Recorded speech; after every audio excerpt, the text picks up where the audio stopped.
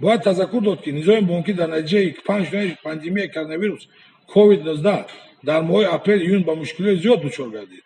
аз ҷумла дар ин давра 107 адад марказҳои хизматрасонии бонкӣ фаъолияти худро бастанд. бо ин сабаб 1212 нафар бо сабаби корношоямӣ ва 2770 нафар кормандони ташкилотҳои қарзӣ ба рухсатии бемузд равона карда шуданд. ҳамзамон ба ин нигоҳ карда дар ин давра 29 марказҳои хизматрасонии бонкии нав таъсис дода шуд. бинобар ин суръати афзоиши қарзҳои додашуда дар се моҳи дуюми соли ҷорӣ коҳиш ёфта нисбат ба се моҳи аввали соли ҷорӣ 43.5%, ё ин ки 1 миллиарду 101 миллион сомонӣ кам гардид.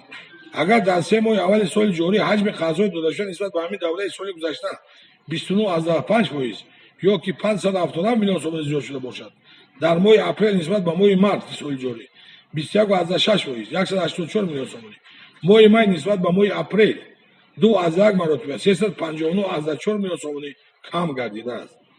дар моҳи июн нисбат ба моҳи май 42.2%, ё ин ки 131.8 миллион сомонӣ афзоиш ёфт.